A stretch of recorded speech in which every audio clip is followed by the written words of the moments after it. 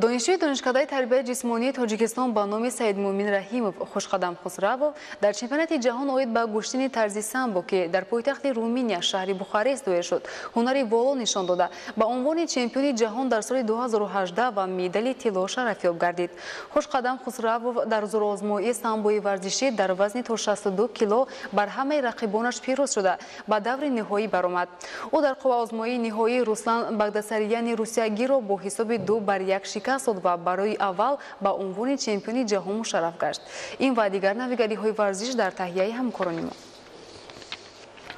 боиси хурсандӣ ва ифтихори ҳар як фарди ватандӯси мамлакат мебошад ки дар таърихи тоҷикистони соҳибистиқлол боз як саҳифаи нав кушода шуд. донишҷӯи донишкадаи тарбияи ҷисмонии тоҷикистон хушқадам хусрав дар рӯзи сеюми чемпионати ҷаҳон оид ба гӯштани тарзи самбо ки 11 ноябр дар пойтахти румения шаҳри бухарест баргузор шуд бо муваффақият ҳунар намоӣ намуда ба унвони олӣ чемпиони ҷаҳон дар соли 2018 ва медали тилло ба даст овард. ин чорумин медали паҳлавони тоҷик дар чемпионати ҷаҳон мебошад. хушқадам хусрав дар зӯрозмои самбои варзишӣ дар вазни то 62 кило бар ҳамаи рақибон пирӯз шуда ба финал баромад. ӯ дар сабқати финалӣ бар варзишгари Россия Руслан Багдасарян бо натиҷаи 2-1 ғалаба карда бори аввал ба унвони олӣ чемпиони ҷаҳон мушарраф гардид. зимнан дар таърихи варзиши тоҷик ӯ баъди Саидмин Раимов ва Беҳрӯзи Хоҷазода сеюмин варзишгаре мебошад ки медали килои чемпионати ҷаҳонро оид ба самбо ба даст овардааст. хушқадам хусрав инчунин Акмалуддин Каримов шогирдони мураббии варзидаи тоҷик Муҳаммадшариф Сулаймонов мебошад.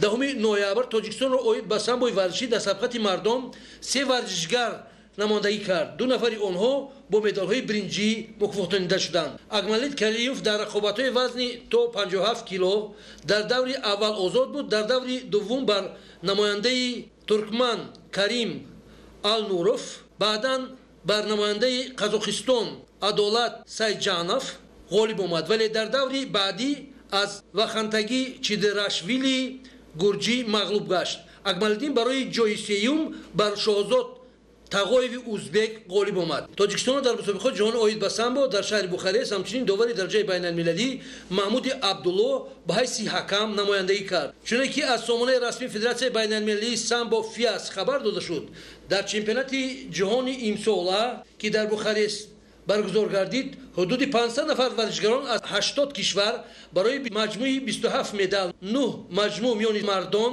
9 миёни занон 9 маҷмӯъ дар самбои размӣ мубориза бурданд. Федератсияи байналмилалии самбо дар соли таҷдиди 80-солагии худ маблағи ҷоизаи мусобиқоти қаҳрамони ҷаҳонро дар ҳаҷми $216,000 таъин кард.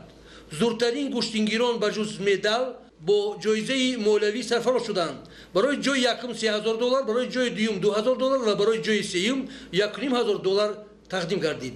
ҳар қадар ҷавонони мо бештар ба варзиш машғул шаванд ва тоҷикистони азизро дар арсаи ҷаҳонӣ маърифӣ намоянд, ҳамон андоза ҷаҳониён ба миллати солим будаи мо бовар мекунанд.